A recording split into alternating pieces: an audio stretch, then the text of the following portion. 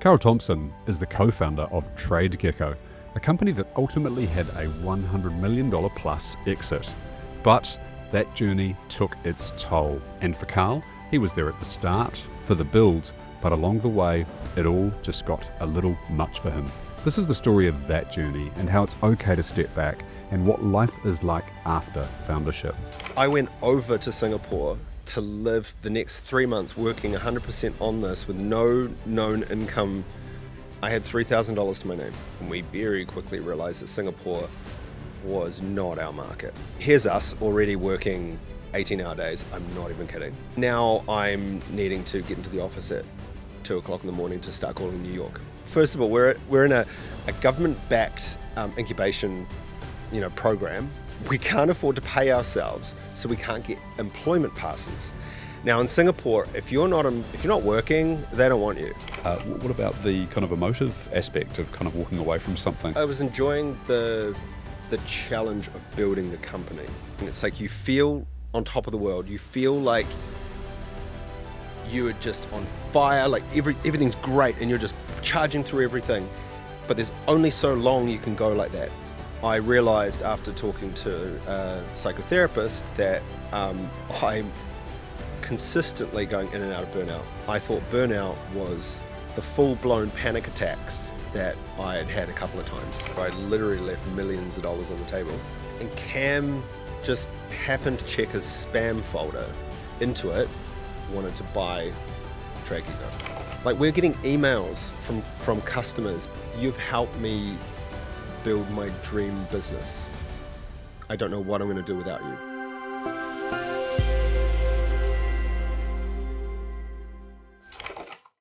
Carl Thompson, welcome to the show. Hi, thank you. It's a pleasure to have you here. It's great to be here. So famously, you've talked about this quite openly, you have ADHD, which we're going to dig into. So where are you at right now? Are you like managing to contain yourself on the couch, or is it you're just kind of channeling that towards your ambition and direction of the things that you want to achieve? Give me a calibration. I think ADHD and entrepreneurship very much go hand in hand. Totally. And I don't just think that, sorry, I'll rephrase that. I know it. I used to work for a genetics company called Ingenious, helped develop the product, everything you see, and learned a lot about genes. One of those things is that entrepreneurs, typically risk takers, right? Now that comes from experience, and everything we do comes from our past, our experiences. So we're a product of the experiences that we have in our lives, and those are a consequence of the decisions that we have made. Absolutely. That's the way I think about it. Yeah, great. But there's also some fundamentals that underpin how we react, and that's genes, your genetics. So we're all, evolution, we're all slightly different. So how you react to something can at its core come from your genetics, how it's expressed based on hormone levels and all sorts of things. How you react to broccoli is different to how my body reacts to broccoli. Now, it could be very, very slight, but what I'm saying is that everybody's body is different. And there's a couple of genes which play a key role in sort of this ADHD, risk-taking, entrepreneurs, high-flying CEOs all have this. Everyone has two of these genes. One is comp gene, and one's the MTHFR. Now, both of those have a significant role to play in the methylation process. Methylation is the brain's version of dealing with toxins. So how do I put this? So when you use energy, the energy has to turn into something. That process is in your brain is the methylation process. Now, when you sleep, that's when the toxin is released. Now, again, everyone's body is different, and my comp gene, where the snip is on the rung, says that my gene is less efficient at doing that process than someone else. So typically ADHD people, And there's two sides to this. ADHD is, from what I believe, from what I've learned, and caveat, I'm not a medical specialist advice. Not in medical this. advice. Yeah, this is not health advice. But from what I understand, ADHD comes from, like we're talking about before, there's two parts to it. One is your genetic predisposition. And mine's certainly there with the MTHFR, where that is, and my red comp, or the comp gene in the red. You need that, but you also need the childhood trauma to bring out the behavioral characteristics of ADHD. So there are there's a few books that believe that that comes from trauma as a baby. Mine, I actually think it came from a little bit later in life, but probably as a child into early teens, around like bullying in school. And so you have to have the predisposition genetically, coupled with the experience to then form this behavioral characteristics, if you will, called ADHD. Okay. So let's unpack that, because There's this a is lot an there. interesting conversation to have. You mentioned earlier that you think that ADHD is a positive contributor to being an entrepreneur. Yep. Why? Okay, so I think when you can learn to master it, it can be super powerful. For example, if I have specific type of work that requires lots of things happening, lots of spinning plates, juggling a lot of things at once, organizing events, it could just be my day filled with very different tasks. Then I would just let the ADHD fly, because I know that there's nothing like, or when I need to focus and really sit down and do some like hardcore, focus work for a couple of hours at a time, that's when I might take some medicine. Right. But yeah, and there are 3 department heads, or D heads, in our company, SortMe. We all have some version of ADHD, and we call non-ADHD people muggles. Normies. Normies. I love it. Yeah. I reckon that in the entrepreneur world, I'm in a whole bunch of different WhatsApp groups, and one of them is ADHD for entrepreneurs. And I reckon to a reasonable extent, most of us have certainly some of the traits, maybe all the way down the spectrum, or heading down the spectrum, as you've just described there. What are some of the characteristics, or what people would describe as symptoms of having ADHD? Let's talk about that. Yeah, I think there's a variety. One, you can be, like, on the positive side, you can be very organized, because you kind of learn you have to be. And then on the other end of the spectrum, characteristics might look like, what would you call it? Someone who's just not present. Okay, like distant or aloof? Yeah, Yeah. yeah. I've certainly met some pretty extreme people. One, a friend of ours, who runs CEO of a rather large company. Very hard to just sit still and really listen. Yes. So it's a lot. Yeah. Funnily enough, one-on-one, said friend is actually really good. Group settings, totally distracted all over the place, really struggles with it. So I associate ADHD with having the challenge in focusing on things. And you mentioned earlier, it's like having tabs open in your brain. And so having 6 or 8 tabs open, if you're trying to do varied high volume work to get through a whole bunch of things, is really, really helpful. I was coding, which is not my training, about 2 months ago. I've spent quite a bit of time developing a product, which I'll talk more about when it's ready. And consequently, there's like 7 different windows and applications open that I'm using, every single one of them moving around between these to make this thing happen, from the database to the build environment, deployment, 3 AI agents, the coding environment. and then occasionally email.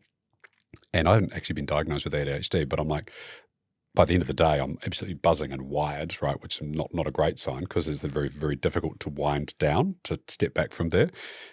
So that would be a strong positive, the ability to kind of multitask as much as any one human can, but it's really jumping between tasks quickly. We call that context switching in the modern world, and they describe it as being one of the most draining and difficult things to do effectively. And then the downside of it, of course, is the lack of focus that can bring as well, because your attention is so diffuse all of the time that it becomes a real challenge to be focused. Is that correct? Yeah, absolutely. And now more than ever, that's relevant. We're now in Claude. Me and a lot of people I know are in Claude most of the day. A lot. And now, while it's doing one thing, we can get it to do another thing. And so what I've found is that this context switching between these different things that are going on is super hard. Now, you can have two things going on as switching. That's okay. You're on one, and then you switch to the other. As soon as you've got three going on, you're now juggling, which is exponentially worse. And there's a couple of things we haven't talked about here. So with Claude and doing that, switching and stuff, you've really only got about 4 hours before you're fried.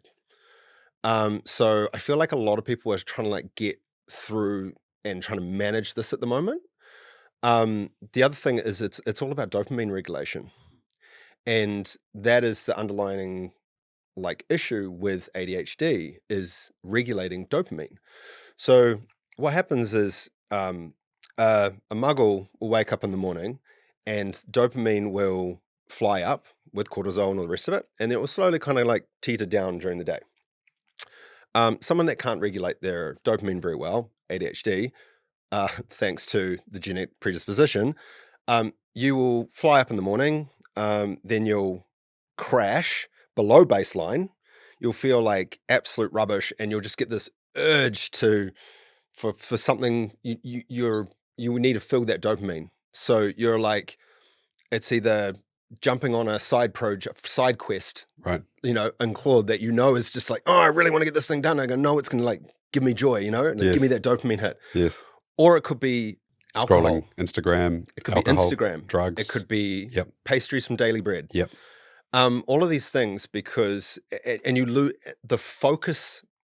You lose your focus on what you're doing because your dopamine is so low. You don't have the motivation, and all you can think about is how to fix that gap. And that's the issue. So if you can understand, you can say, okay, I have some version of ADHD.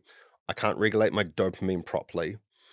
It's coming out in these behaviors. What do I need to do to actually be more consistent?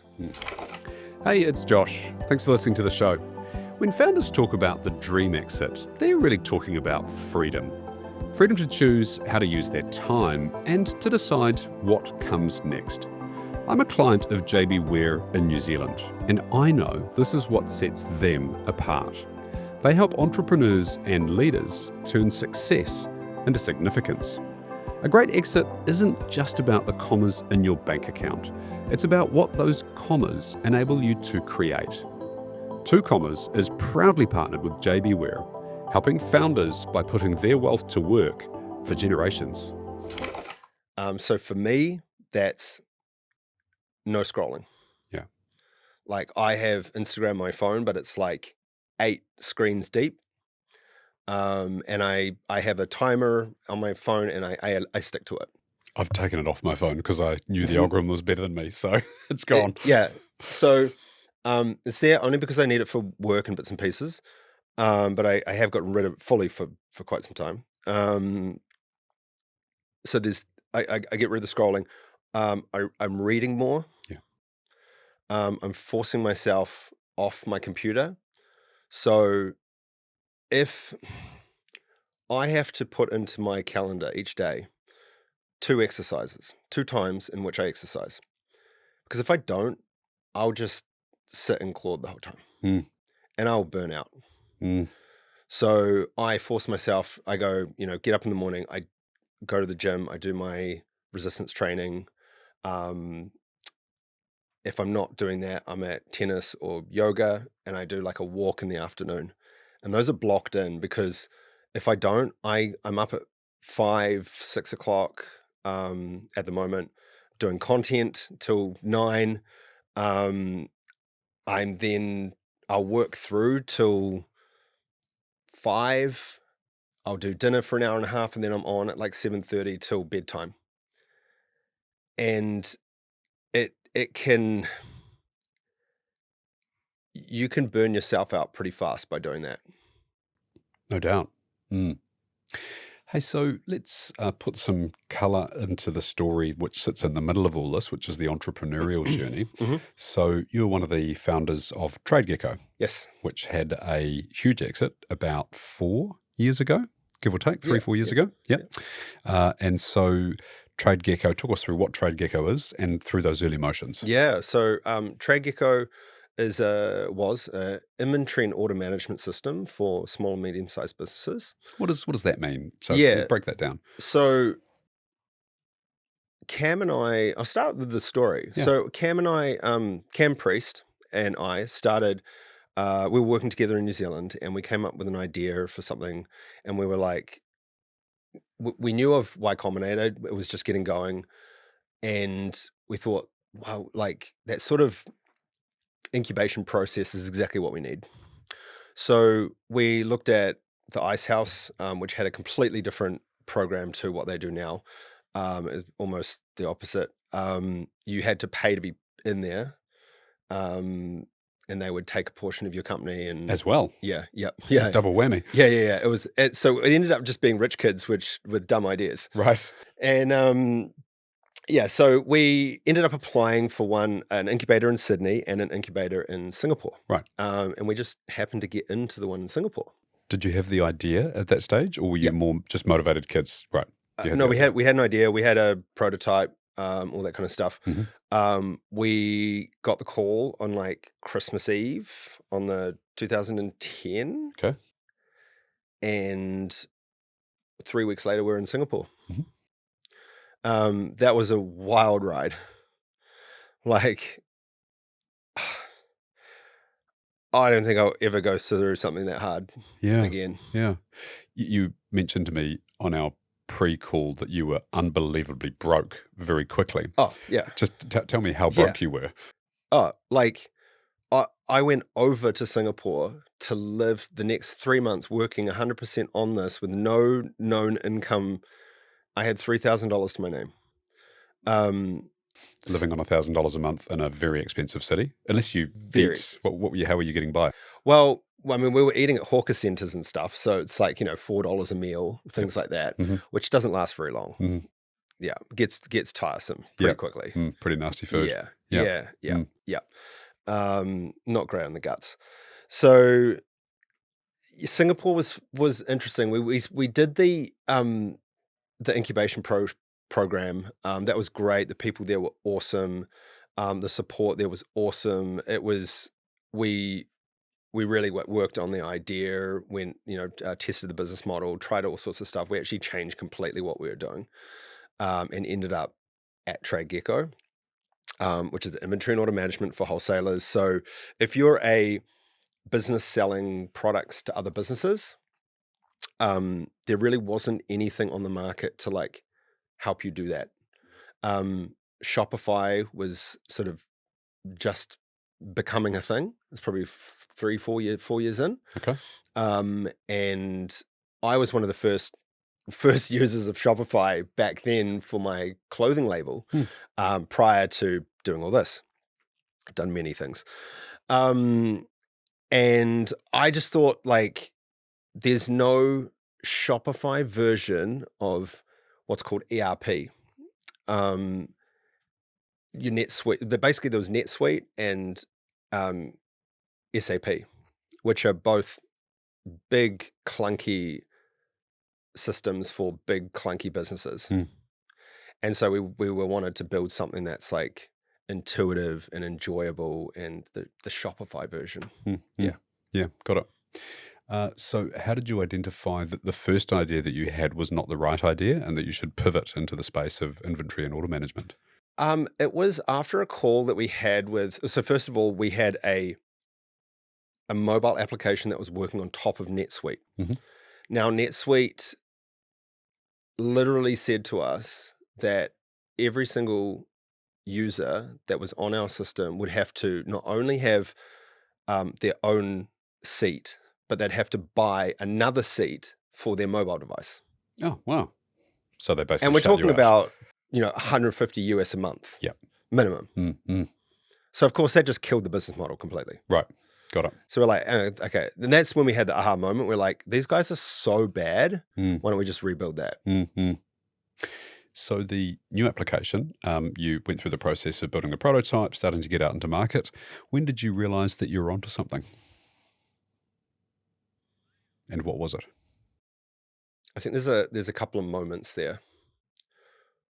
One, there's three parts to this. We went through the discovery phase, as you do with a startup. We go out to the market, we start talking to people. We're in Singapore, so we went out and talked to shop owners and all sorts of stuff, and we very quickly realized that Singapore was not our market. We're going, great. So Singapore's not our market. Where is? Okay, well, it's going to be the US. Like, let's look at the US. So here's us already working 18-hour days. I'm not even kidding. Mm. And now I'm needing to get into the office at 2:00 in the morning to start calling New York. Mm. So I just literally picked up the phone and started calling these companies, the companies that were on Shopify, because they're the kinds of companies, the kinds of people that we knew would be open to this sort of thing. Interesting. And when we started having, you do your discovery call, you ask them the questions, what your problems are and things like that. At the end, you can disclose what you're actually working on. We knew we were onto something when people were actually like, sign me up. Where do I get this from? Huh. I want this. Hmm. We got to a point where we had a holding page up. We knew what we're doing. We put the website up and all the rest of it. And then we had like a, coming soon, subscribe, be notified. We got a call from a manufacturer in Hong Kong. They make all of the sunglasses. All of the sunglasses. Literally. Every big brand, Right. Gucci, Prada, YSL, all Yes. of them, Mhm. these guys make. Wow. And he said, I will pay you to build this for me. Cool. Like, what do you need? Mhm. And we said, sorry, we can't. Doesn't exist yet. No, we can't build it for one customer. Yeah, of course. It's one of the rules of startup. Yeah, of course. Don't work with the customer. Like, you're Mm. not building it for them, you're building it for everyone. Mhm.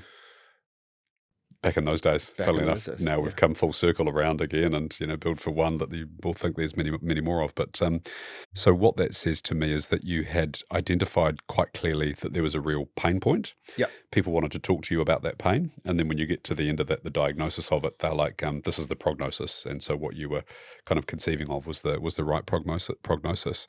So what were those early scaling motions like? So had you still by this stage, because you were famously like taking turns in the bed, right? You guys were sharing a room. Not just an apartment, you were sharing a room, right? Okay, we need to clarify that. Yeah, no, taking turns in the bed. Yeah. So whilst we had the 3-month program, Yeah.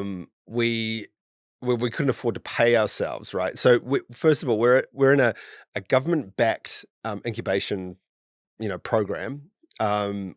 We've got funding from a government-backed fund. We can't afford to pay ourselves, so we can't get employment passes. Now in Singapore, if you're not working, they don't want you. Like, you can't get a SIM card, you can't get rent.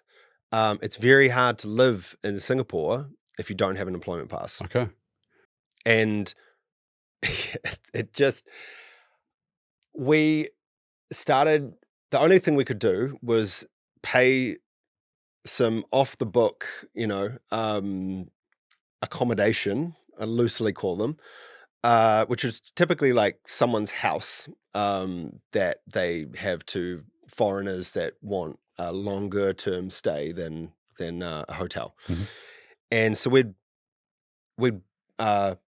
rent a bedroom. The, this particular place had one bedroom available for, it was like a month or so before the other bedroom was going to become available. So Cam and I had to share a bedroom, and that was my bedroom. So I got the bed, but it was a single bed, and under the bed was a pullout. Now the pullout could probably be pulled out about this much.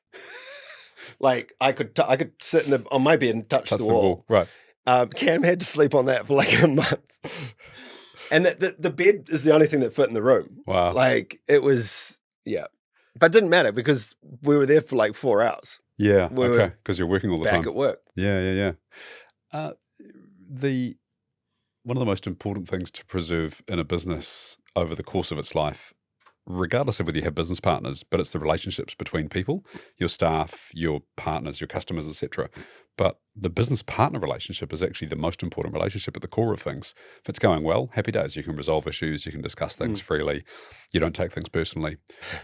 So you guys were working together, living together. You're in you can touch each other in the middle of the night. You didn't. But how did that relationship go? You remind me of one of our friends, Christine. She's American, was in Singapore with us, and I remember her turning to me once and goes, "How on earth do you and Cam communicate like this?" So Cam and I were so close, and we spent so much time together. Your communication style just changes completely. And we would just talk at each other at the same time, Right. and still like get it. And we'd have like two conversations going on at once kind of thing almost. There'd be points we would just look at each other and be like, start halfway through a conversation that we had 2 days ago, and we'd know what we were talking about and just pick it up. And people would be like, what? Like, yeah, it's bizarre. Yeah. You're still mates. I've met Cam at your place, so you're obviously still good mates. Yep. But we're missing out some big stuff in the middle here. So, you don't go from sharing an apartment room to $100 million exit without some big kind of jumps along the way. So what were a couple of those really early leaps that you had to make, those big kind of conscious steps that you had to make? Well, first of all, I think the first big step we made after finding out what we were actually going to do was getting a proper CTO on board. So we convinced Bradley, Cam's brother, to fly up from New Zealand. He was heading up and building The Localist at the time. Oh, yep. We managed to convince him to quit that cushy job and come up and work for us for free for maybe equity in a company that might be worth something one day. Cool. Yeah. So I think that was our first big decision. Nice. After that, we did the 3-month program. I ended up standing up and presenting at demo day. Now that demo day with, call it about 60 people in the room, investors from around the region, probably more investment money even back then than New Zealand could muster in a large hall today. So we walked out of there with $1.5 million in capital, pre-seed capital. So you're pre-revenue. Yeah. Oh, dude, we had some screenshots. That's all we had. Nuts. And a dream. And some clients from phone calls saying that they want to buy it. Cool. And we raised 1.5. So we were then like, oh, okay, well, I was only planning on coming up here for 3 months. Guess we're staying up here now. We got a office on Hong Kong Street.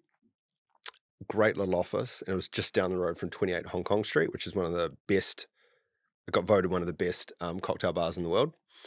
You could walk past it and look inside longingly with your no money.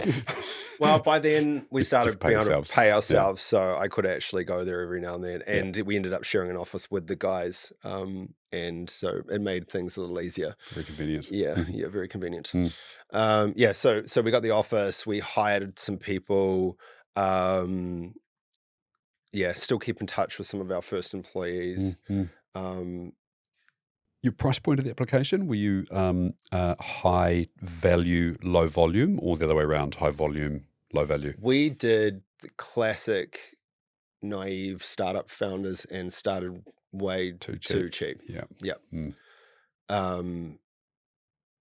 Was it too cheap? Was it the right thing to do at the time? I don't know. I mean, it worked, whatever. But, it was like $19 a month to start with. Right.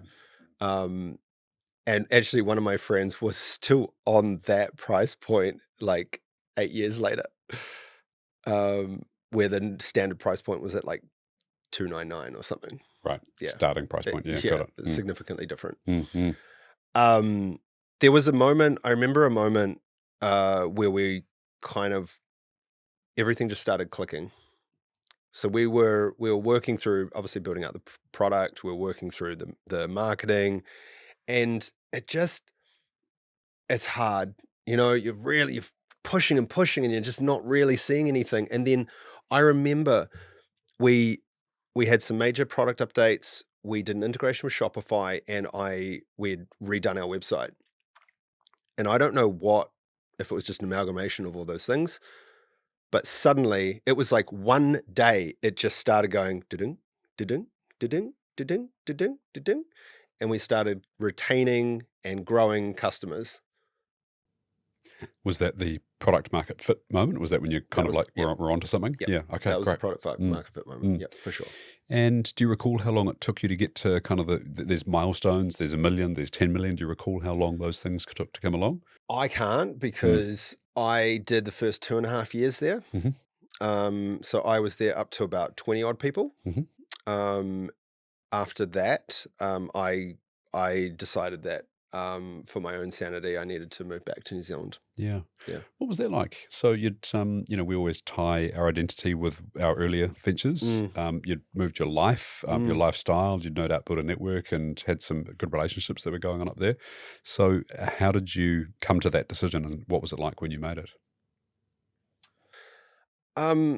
It's pretty tough because, we were halfway through the vesting period. So I literally left millions of dollars on the table. You didn't know that at the time, of course. Well, let's explain vesting, because not everyone knows what that is. Vesting. So you're working towards equity, basically. So instead of getting everything up front, you are usually it's about 4 years with what's called a 1-year cliff. So you don't get it, accumulates each month, but you don't actually get any of it until the first year. You're not entitled to anything until the first year.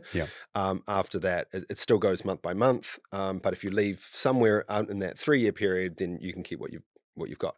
This is to obviously people can't just start day one with X% and then day 2 they quit. So it's retention. It's all about retention. Yeah, for those that are unfamiliar with tech, essentially it's kind of found a lock-in, and it protects the investors, and rightly so, because what it means is that you've had this great idea, people believe in you and the idea second, and they're prepared to back that idea. And so people are listening to this and going, well, hold on, you started the company, shouldn't you own whatever share of the company you have? 1/3, 1/2, whatever that might be. Well, you kind of do, but you just don't have the right to it until you've stuck out that duration of time. And so you start with, let's call it, just not implying this was yours, but let's call it was 50-50 just for simplicity's sakes. You would start with 5 or 8%, and then you'd vest into another 5 or 8% or whatever the number is every year. But you wouldn't get that until the first 12 months had elapsed, and that's essentially how it works. It's a clever way to distribute shares amongst people that are working towards something super, super hard, that's unvalidated, that they may not necessarily be there for the whole journey. So that was the financial aspect. What about the kind of emotive aspect of kind of walking away from something that looked like 20 staff? You're kind of starting to validate the thing. You're probably getting to $1 million of revenue by then, one would hope. Those sort of metrics would be round about there. And it was fun. Yeah, right. You're enjoying yourself. Well, I was enjoying the challenge of building the company. And I love building up the idea from nothing. Yeah. That's the part I really like. You're a start and build guy. Yeah. Yeah, as am I. I love that part. It's so creative, and it's super challenging. Yeah. It's unconstrained Yeah. because the world is full of possibility. So it Yeah. probably appeals to your ADHD And type brain. Yeah, and there's also just less people to deal with. Yeah, less people to manage. There's less rules. Yeah. Yeah, you have to work things out as you go. Yeah, so there's some patterns that Definitely certainly more freedom. Yep, 100%. More stress, Yes, but more freedom. yes. Yeah. Mm. It was challenging. It was really because I love that. But for my lifestyle and my relationships and things, I needed to move back to New Zealand. Yeah, got it. And so, what did you do when you came back? Well, I took a little bit of time off. Good. I started doing a bit of freelancing. I then started an agency because I'd taken a bit of time off and I was just sort of dealing in bits and pieces. I started an agency specializing in startups, and purely because I wasn't sure what my next move was going to be, and I wanted to get back into things, and I had some specific skills I really wanted to learn, and that was going to come from doing this kind of thing over and over again with various with clients, Yep. essentially. Yeah, So got it. yeah, no, it was great. I found my next thing, which was SortMe. But you did something in the middle. So There was Contento as Yeah. well. So yeah, so Contento was another one I did. That was really interesting. Contento was a platform in which you could buy media placement Mhm. because all media is paid for now anyway. Free media is dead. doesn't work. It's just dead. Like nothing you see on the Herald is other than the news. Yeah. It's all paid for. Mm. Yeah. Yeah. Even the greenwashing articles are paid for by Fonterra. Yeah. You Mhm. know, like it's all paid for. Yeah. So you could buy placement. Right. So that, and it worked quite well. It worked really well. The problem was there was quite a hurdle because you had to supply the article. So it's quite a hurdle in that. And yeah, it just it was just a hard sell. Right. Yeah. It's essentially you're a marketplace, aren't you? Because you're wanting to source the content and the supply side and the money Yeah. side, but then you also need to be able to understand what the distribution side looks like as well and where that should go. So Well, we had the partners already signed up. Right. So they would just get offered the article and they could just hit yes, I'll take this article, basically. Right. Got it. Take the article. The article looks good. It aligns, yes, and it's the fee that we agreed to. Yes. Yeah. So we'll talk about SortMe, but let's go back to TradeGecko. So 4 or 5 years ago, the exit was announced. How much before that had the conversations begun? You were sitting back in New Zealand. Did you maintain governance, any kind of influence on the business, or were you arm's length by then? Nah, I sort of handed everything. When I left, actually, we split my role into 5 people. Like, I'm not even kidding. Like, literally 5 people. And it was way overdue. Mm. So yeah, it was a lot. So I handed over everything and but I mean, being in New Zealand, it's too far. It's distributed workforce wasn't really a big thing back then, and so I just stepped back and let Cam and Brad really take on. Still kept in touch with them. Went up every now and then. They're still my best friends. Yeah. Yeah, but I needed to live back in New Zealand. Yeah. When did the exit conversation start? When and how did that process get played out? So it was during COVID, and Cam just happened to check his spam folder, and there was an email in there from someone saying that Intuit wanted to buy TradeGecko. And that sounds like spam. Doesn't it? Intuit are, I think, they're the largest accounting package software in North America, in the world. Yeah. Okay, got it. Yeah. So multi-billion-dollar company many times over. So their M&A fund at the time was like $2 billion. Xero tried also acquiring us at the same time. Their entire fund was $2 million. Wow. It's one of the reasons they probably struggled in the United States. Not sure I was supposed to know that, but yeah. So anyway, so Cam ended up working through that process, and Was it an we investment banker fronted? Was there an advisor in it, or was it someone from Intuit that had sent this email? I don't know the full details. Yeah. I can't remember. Mm. I know that there was millions of dollars paid to the lawyers, Oh, that's always the way. Yeah. but they did do a good job at actually boosting the price up. So Right. we ended up, it ended up being about 100 million US dollars. Yep. So at the time it was about 150 million Kiwi. Yeah. Great. Yeah. And do you recall what the revenue multiple that led it to be? No, I can't remember. Yeah. Okay. So, They bought it because their inventory side of things was not what their customers were expecting. Like right. that was getting quite a bit of heat. So they said to their shareholders that they would be solving this problem, and one of the ways that we're going to do it was to buy something. Mm. So they ended up, after a long process, ended up acquiring TradeGecko, and then I think there was some management change, which then changed priorities, and they ended up like within 6 to 12 months shutting down TradeGecko altogether. Mm. Do you know? They acquired the team, Yes. bought a lot of the team over. Team and IP. Yeah. Yeah. Yeah. Mm. Yeah. And Which was, honestly, it was heartbreaking. Like we're getting emails from customers being literally saying, like, I remember one being like, "You've helped me build my dream business. I don't know what I'm going to do without you." mm, Like literally, multiple emails that Cam was sending me from customers just heartbroken that we were not available anymore. has that void been filled? I think it's it's part of, like, I think what it emphasized to me was that it is core to who I am and what I want out of life. Mm. Like we always started TradeGecko as like a purpose was to help people build the businesses of their dreams. Mm. And I'm talking like these are passionate people. They're making mugs and they're, have, I don't know, glass things, or they're importing bits and pieces. We had a koi fish farmer Mm.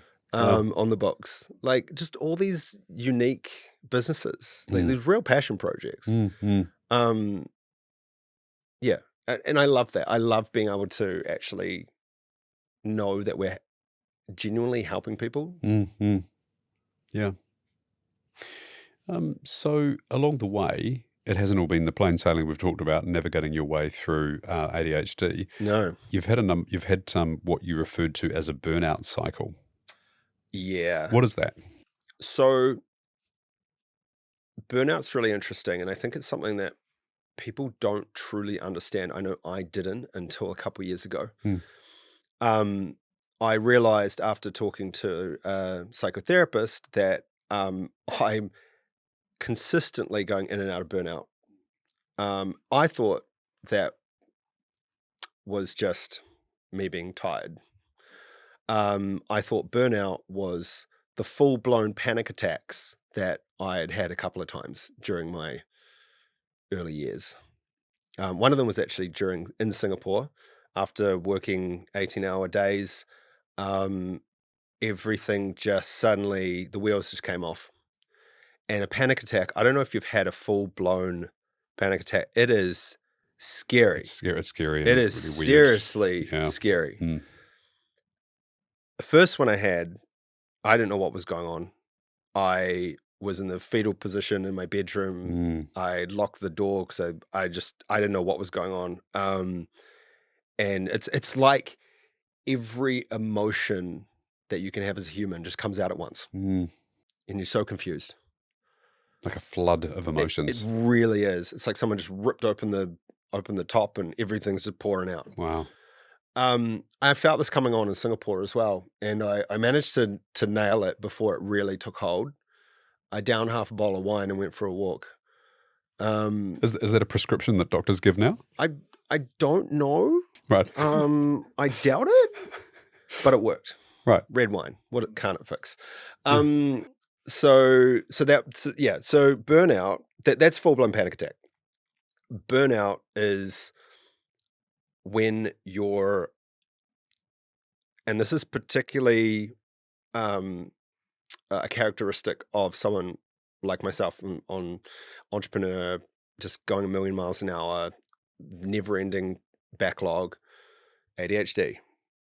You are, if a muggle's baseline of work tolerance is here, ours is up here. And we are constantly pushing it to the brim. And what we call at SortMe, flying too close to the sun. And if you're flying too close to the sun, eventually you're going to hit it. And suddenly you just catch on fire, you burn, and you crash. And depending on how hot you get, how low you go. And it's this weird thing. It's like you feel on top of the world. You feel like you are just on fire, like everything's great, and you're just charging through everything. But there's only so long you can go like that.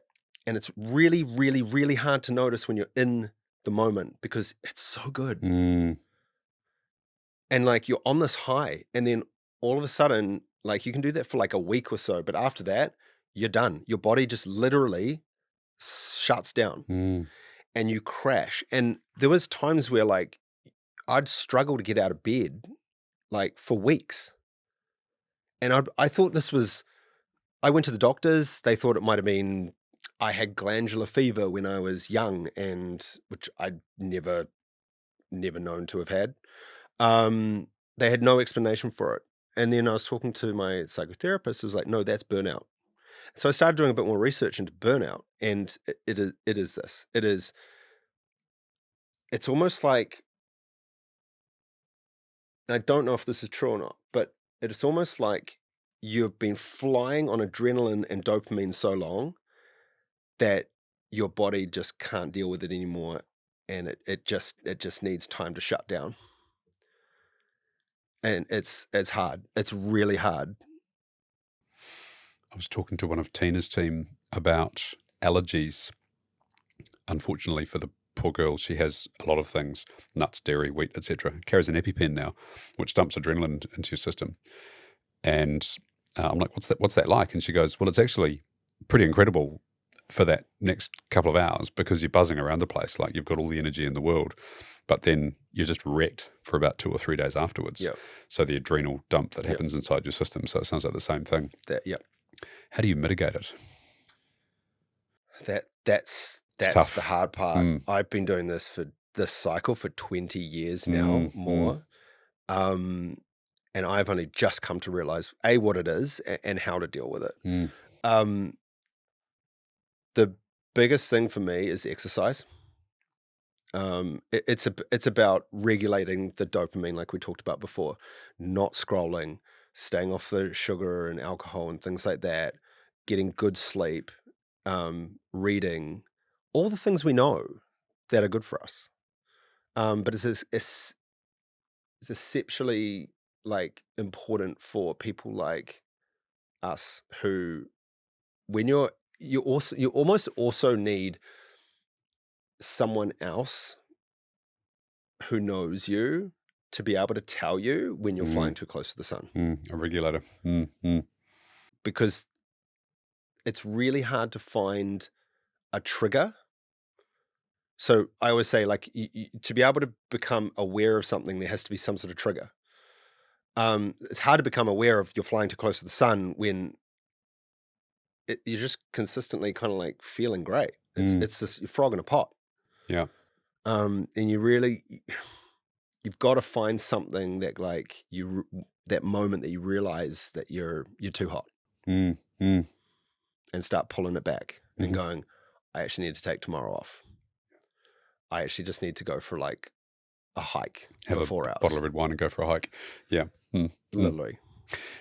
during COVID, that second big lockdown that we had in Auckland, I got to this phase of feeling malaise and down and frustrated, and I looked at my lifestyle as it was at that point in time versus what it normally had been. There was too much red meat, drinking alcohol every day, obviously not socializing, exercising around lifting weights had gone, and I was just walking and not enough of that. And once I had that realization, I looked at all the inputs that I was putting into my body, too much television and really bad television as well. Yeah. Like we watched Love Island. I'm Oh, embarrassed God, to it can't say. get worse than that. It can't get any worse, Carl. And I found myself justifying it to people, saying that it's actually a really interesting insight on human nature. And I consider it an anthropological study. Those words came out of my mouth to people. And I could just see you sitting there going, dribbling. It's just getting dumber yeah. and dumber. I was getting as dumb as the participants were. Yeah. And I'm like, hold on, there's something wrong with my life here, and it's all these things that I'm doing. So I just went back to the things that I know that work, which is regular journaling, getting up early, exercising, reserving alcohol for the weekends, if at all, that were the weekends, and staying in touch with the people that I could, having more Zoom calls rather than phone calls, all that sort of stuff. And lo and behold, within a few days, I was feeling remarkably better. Yeah. I want to use that to circle back around to something here, which is you were talking about dopamine. And it's like the motivation chemical is how I think of it, and the lacking some control around things when you don't have enough of that, like the ability to have will to power. And so there's a number of ways to approach this, and I think this is a really fascinating subject because a lot of people think that they lack willpower or they lack motivation, and a part of that might be the chemical, the lack of the chemical they've got inside their system. But a part of it might be that they also are wasting their decisions on too many of the wrong things. So willpower is high in the morning because dopamine is high in the morning. And so you talked about how we go up and then we can go sideways and then it gradually reduces over the course of the day. That's why an alcoholic will often say in the morning, I'm not going to have a drink again. And then by 5 o'clock, they're going looking for the bar because their willpower is all gone. And so one of the things that you can do to mitigate that is to make sure that the small decisions that you might have to make through the course of the day, you get rid of them. Right? Steve Jobs famously wears a black turtleneck and black trousers every day because he doesn't have to think about what he needs to wear. I have one of only two forms of breakfast, so there's no decision making for me there. It's just one of those two things when I'm eating at home. And another way, though, which is a philosophical way, is the Stoics and their views on control.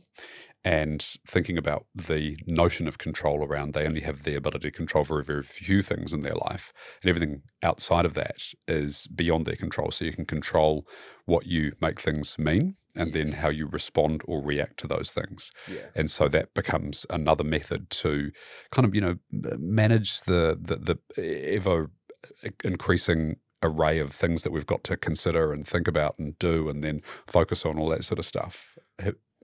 There's two things there. The first one, I want to challenge you a little bit on the decisions in the morning. Cool.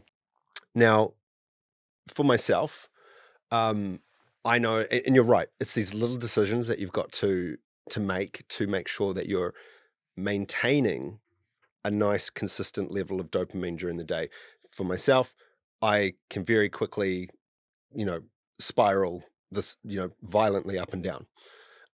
So to maintain, I've got to make sure that I'm not being overstimulated in the morning and things like that. So definitely no scrolling. My point is that the actions that I am taking or not taking during the day, or especially in the morning, are related to the dopamine effect of those actions, not the cognitive effect. Right. So choosing what to have for breakfast, I love doing that. Like getting dressed in the morning, I love doing that. That's not stimulating my dopamine in a way that's going to spiral me out of control. So same but different. For me, it's the core of my actions that I'm choosing to take or not take is based around the dopamine regulation. Yeah, got it. Yeah. So took some time out, started a company that you realized wasn't the right one to take, and then moved away from doing that. And now you've got a business called SortMe. Yes. And that's also had a pivot or two. Yeah, Yeah. actually, yeah, a couple of pivots. Yeah. What was the And first and idea? I hate that word, so I'm using it in the Reclaimed. yeah, the true sense of the word, put it that way. I looked at um, I looked at what do you call it? What was happening in the tech space at the time. We had open banking coming in soon. This was a few years ago. We had AI starting to become a thing. I think we've still got open banking coming in soon. Well, some of the banks are still, they're now almost coming up a year behind the schedule in which they were supposed to launch, but whatever. Uh, Um, the yeah, so I really like health and wealth, both two really big problems to solve that everyone is automatically prescribed to. mhm. Um, Personal financial management is probably one of the hardest things to solve Why? because everyone wants to do it differently. Mm. It's a big, hairy um, piece of software. Like you actually needs a lot of different facets to be any way useful. So it's also really challenging because there's been so many failures. It's incredibly hard to get funding for. Um, You mean of recent times in the startup space, there's been failures or that have tried to deal with this problem specifically? Tried to deal with this problem specifically. Right. Yeah. Yeah. Um, However, I thought that we could do something really different because we had AI coming into play and we had open banking coming about. Mm. And I knew that it's a really important part of people's lives and that we could do something really good. Mm. Can And we we just have. circle around that problem a little Mm. bit more? So I fundamentally agree with you that most people struggle to set and achieve regular milestones and goals in their personal financial, their wealth management kind of thing. Uh, I don't understand the subject as well as you do. I know it through my own lens only.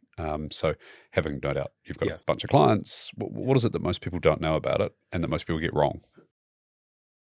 Okay, so to just lay some context down, SortMe is a money management app, if you will, for we typically sit for the mid to high income households. Um, What's that? so any household that's kind of earning sort of 150K plus a year, Yep.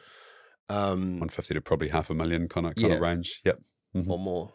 Yep. Um, And these so on the people, outside, it's a little bit more like it's households that have more than just a bank account. right. The issue is once you get, I don't know, investment property or you've got some shares going on and things like that, you've got two people, two incomes, households, kids. It's really hard to see what's going on and get some clarity because you first need to pull everything together to see what's going on so then can then make a plan. So that's the first thing we do. Got it. So it's funny, mid to high 150 to 500K for a lot of people, they'd be looking into that and going, oh, surely you should have your like shit solved for They're by the worst. then. Yeah. They're the worst. So why? So PAYE earners who probably have started on a good whack, they think that they have enough. They think that um, they're fine, and it's what we call lifestyle creep that kicks in. What is that? So it's very, very common to see a household earning hundreds of thousands a year, spending hundreds of thousands a year plus. It's because they've got they've got the mortgage, the investment property, they put the boat on tick, they put the car on tick, and they've got they've become accustomed to a particular type of lifestyle now because they're trying to keep up with their friends, and all the rest of it. Like we've literally seen people with earning up to close to $1 million a year, spending $1 million a year.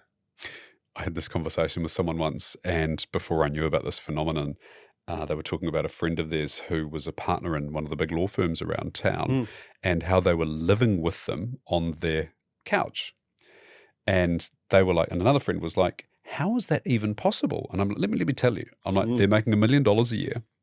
That's what the exalted partner level at the big firms will achieve. 2, maybe 3 kids at private school. So there goes immediately $150,000 pre-tax of your income, right? So you're 15, 20% of the way in, right? Just off the straight bat. 2 cars on tick, both European, a boat, a batch, the house, separated, so wasn't living with his ex-wife, so alimony, all that money over there. New girlfriend, she was expensive, and then all the clothes and the travel, and I'm macking it now, so I'm going business class the whole way, all these sorts of things. And so it's funny you say PAYE earners, because whilst most company owners will probably pay themselves some form of PAYE, most of our income tends to come from dividend sources. And so it's recognised through different channels.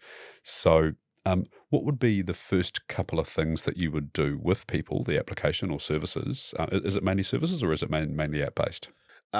So we're sort of coupled both together. Yeah. I think that's smart. Yeah. It acknowledges the fact that we're all individuals. You know, you talked at the start of this conversation about we all have different processing of broccoli, and I make that mean that we all look different on the outside, we're all different on the inside, and also our brains work in different ways and we have different needs. Plus money, weirdly, is an innately personal thing for people. It really is. And especially in New Zealand, we get really weird about talking about it and clam up about it. I was just speaking to money about people. I've been speaking to people about money for most of my career and life, so really comfortable with it. But it's funny how that people get weird, especially baby boomer generation. I feel like people feel like they're being judged a lot. Yeah. You know? Povo. Yeah. Yeah. But to come back to your point with high income earners, it's really hard. In fact, it's really hard to live within your means when you don't know what your means are. That's the key thing that we start with at SortMe. Once you connect your bank accounts and everything, it automatically categorizes your transactions and it tells you where things are going. Yeah, got it. Yeah. So for most people, when they are onboarded as a customer, what's one of the most regular 1 or 2 things that they are like, oh my God, I didn't know that kind of responses that they have when you show them in black and white or red and black? Well, it's not the classic, oh, I'm spending that much on cafes or coffee. Like, it's not that. There's a couple of things that really stand out that are super, super important that people forget. A lot of people come to us at the moment that they've realized they can't do it themselves. They'll connect the 10 or 20 different bank accounts that they've set up because they've tried to create a structure, and they've got like an account for eating out, and they've got an account for the water bill, and they've got an account for it's like they've overcooked it. Because we're not taught any kind of framework. So we try to teach people a 4-bucket approach framework, which gives each person some autonomy because they get their own spending account. But then you've also got a household account, and a short-term savings and long-term savings. That's what it needs to be. That's what SortMe is aligned to, and that's what we try and push. Do you want to know my financial kind of wealth management tips? I've got one, and it doesn't work for nearly anyone, which is really funny. So I endeavor to, through various phases of my life, just maximize as much as I can in that moment, my top line, my revenue line. And so that comes from a huge variety of different sources: commercial and industrial property rent, dividends, return from investments, and then I also have some PAYE income. Yeah, that's all the income. And that will go through ebbs and flows, right, depending on what's happening within the investment front and how much effort I'm putting into whatever venture I'm in behind, which will derive the time for money or leverage return. And so whatever the level that is sitting at, I either spend a lot or I don't spend very much at all, right? And so because people talk about savings, and for me personally, this is not investment advice, but this is the way that I approach savings. I feel like savings is restricting myself towards doing something. Most people will tell you, and this is, I think, and I'm going to test this with you, I think this is the best advice for most people. They say pay yourself first, which is when you have your income come in, you shoot off whatever you need to shoot off to your retirement fund, to your investment, long-term kind of planning kind of money. That thing goes off first, so that you never even see that up front. Yeah. Not the approach that I've had. I've gone more maximize the hell out of what I can make at that particular point in time. And then if I have lots of money coming in, then I will spend more. And if I don't, then I will spend very little. That is... Your approach is the approach that most people take. Right. My mum, for example, when I said to her, you're spending 4 times your income, she said, well, I'm not spending anything I don't have. Ooh. I said, well, you're going to run out of money real soon. Paying yourself first, I think there's a massive misconception there. Yes, pay yourself first. That doesn't mean the pay goes towards your outing in the weekend. Your coffee. Yeah.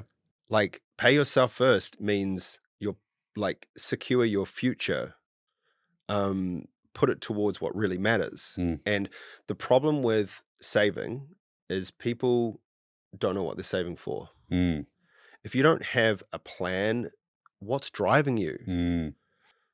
So you've got to first thing is work out your means. Work out, like, what is it, like, what's my bare minimum that I actually can live off? How much could I possibly put away?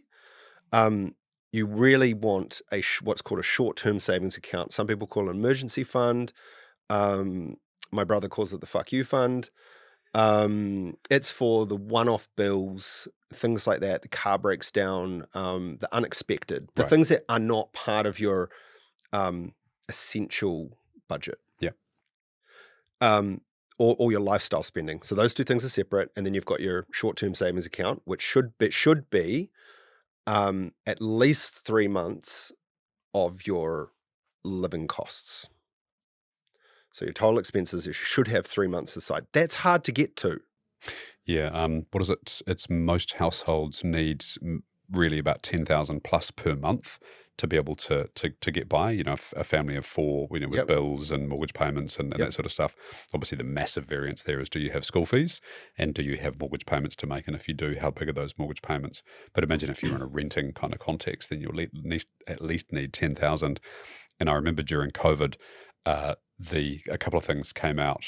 The first one was that most businesses the average was 2.5 weeks of operating expenses, money sitting in their bank account. I was like, what the hell are you doing? Like, that is so fiscally irresponsible. It turns out that most people had this kind of tiny, tiny little buffer in their business, but also the same was true of individuals. And so they're running on this like hope shoestring, like no worst case or even mildly bad case scenario could they potentially afford, which just seems nuts. I interrupted you there, sorry. Dude, it gets worse. So it's about 60-something% of households couldn't pay a $1,500 bill tomorrow without lending money. Wow. $1,500. $1,500. Wow. Yep. It's that bad. And honestly, it is, they could. I've worked with many of these people that start off with less than nothing and have worked their way up to a decent emergency fund, and they've got their money flowing in the right direction. They've got their money that they're paying themselves going to the right things, and it works. So you can get there. It's just you need to have conviction. You need to have a reason for putting that framework together and sending that money aside. You've got to understand it. If you're a founder, then an exit is on your horizon somewhere, either by default or by design. I'd encourage you it should be much more the latter. Why not head to my website and do my exit audit? It'll take 2 minutes and it will highlight for you the things that will maximize your valuation, or indeed those that could cost you millions of dollars. joshcomrie.com, it'll be the first thing that'll pop up. Could be the best 2 minutes that you spend this year. So most people with this notion of retirement, or let's call it ceasing of income, because they may not necessarily stop doing the work thing, but ceasing of that regular monthly payment. And you and you've been, I think, self-employed for nearly all of your career. I'm unemployable. Yeah. Yeah. So those are different from, because some people are in jobs and are actually unemployable. But I haven't been paid a salary there was one short blip in my career, which was about 18 months that I had a salaried job. The rest of the time was all upon me. So the notion of like getting a paycheck is just a foreign thing to me. But for 65 or 70% of people, they've got this income thing that comes in, and that stops at a certain point in time. You might push it out to 70, it might stop at 60. And you may or may not choose when those dates happen. And most people really struggle with the notion, especially if you're in your 20s, of going, I need to make some decisions now that make sure that my future self is not going to be broke and unable to eat or turn the heater on at nighttime. How do you help people get their heads around that? It is really challenging, especially in New Zealand, when we live in such a YOLO mind frame. Yeah, you only live once. Yeah. We also, my stance is like, what I say is like, we have to stop living on the hopes of tomorrow. Like, people are betting their financial future on a pay rise or that they're going to start and sell a business one day. Like, or their NFT that they paid $10,000 for will go to $100,000. And it's probably worth $500 now. But we're betting our financial futures on hopes and dreams. It's a big bet. It's a big risk. It's a massive risk. Like, sure, have that as plan B, but you should know that X% of your paycheck goes towards your Sharesies or Kernel account, going into the index funds. Do not try and beat the index funds with individual companies. Just do the index funds, leave it there, set up that automatic payment, leave it there and let it run. The game is to log in each now and then and feel good about it making money for you. Yeah. And trust me, once you get going, it feels good, but don't try and do it yourself. Has anyone ever looked at you and gone, because you've done well, has anyone ever looked at you and gone, well, it'd be easy for you to say, wouldn't it, Carl, and kind of roll their eyes? Honestly, I'm like asset rich and cash poor. Like, and I always have been, and I have no problem with that. Right. Like, I give myself a pretty tight budget. Yeah, wow. Okay. I'm pretty tight with things. Like, I mean, look, you know me, I enjoy some of the finer things in life. Love a good bottle of wine, love dining out when you can. But I won't spend $300,000 on a car. Right. Oh, so that's interesting. I enjoy the bottle of wine. I enjoy, you know what? I enjoy my Aesop. Aesop? Aesop. Body wash and like hand creams and stuff. Tina buys that. It's $55 a bottle I discovered more. For hand wash the other day. I was nuts. Like, you spent what on that? It's nuts. But you know what? As a designer and someone who appreciates brand and packaging and product, those are the things I love. And every time I pump that, I just go,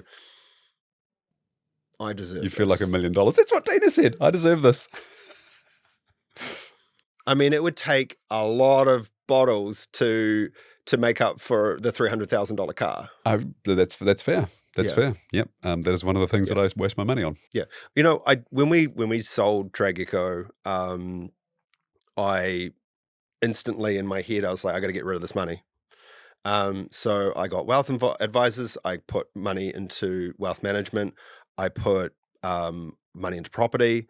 I had a little fund put aside for startups.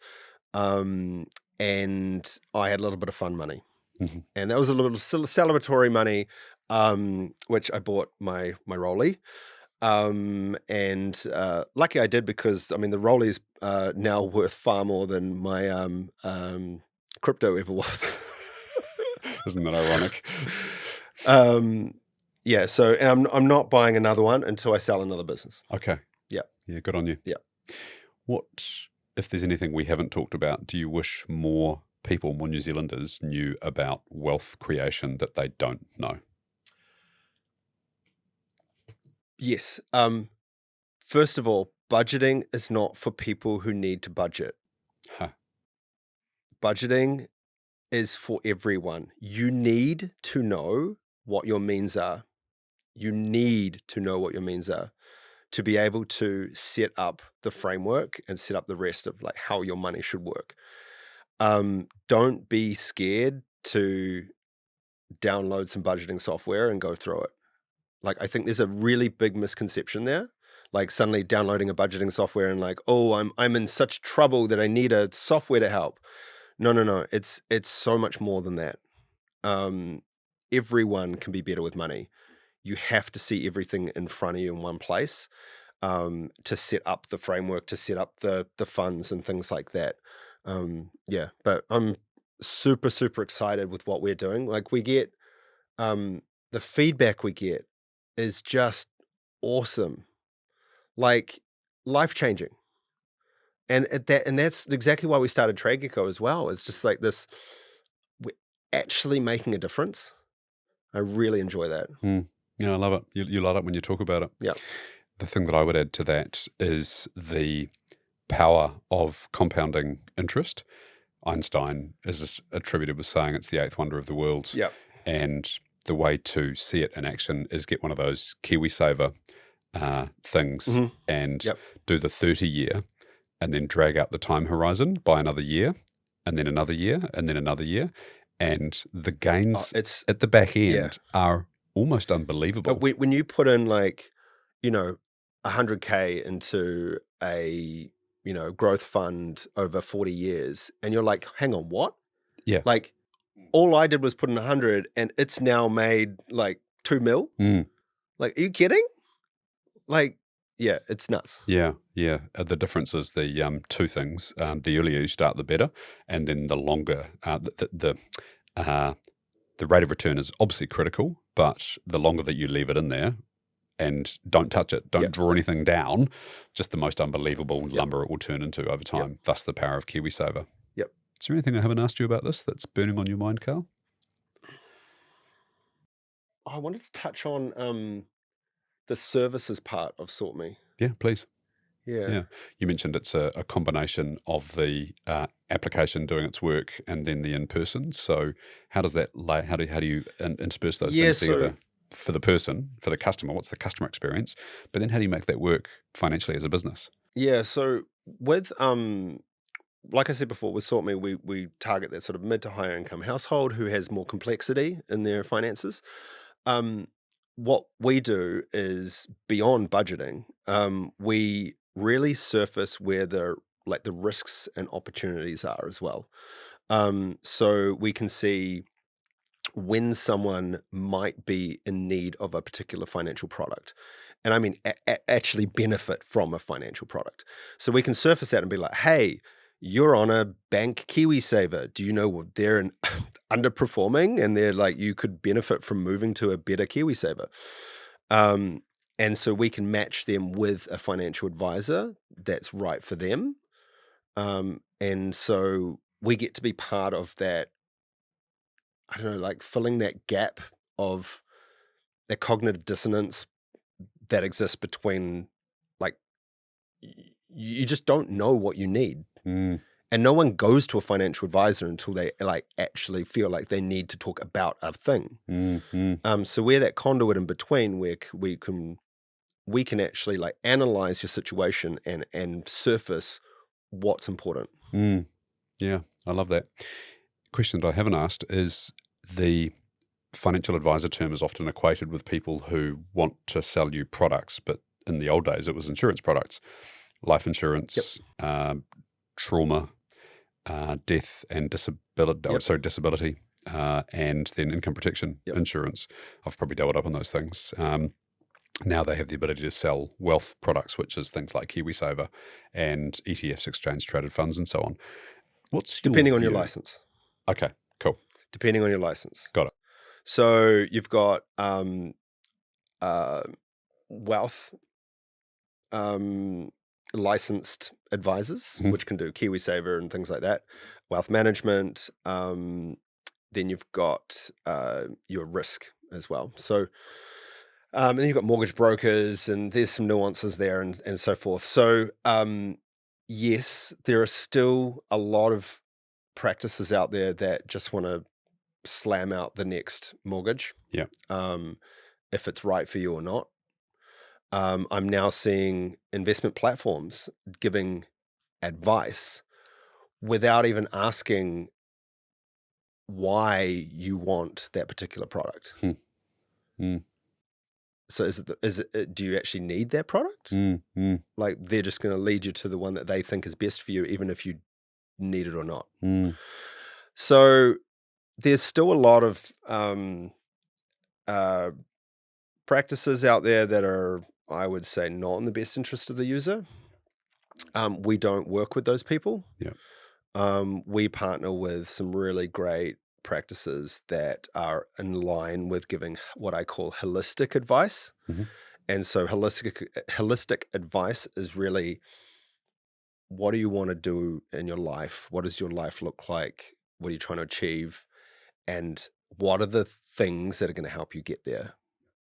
So it's not just, a mortgage company just pumping out the next mortgage and things like that. They just,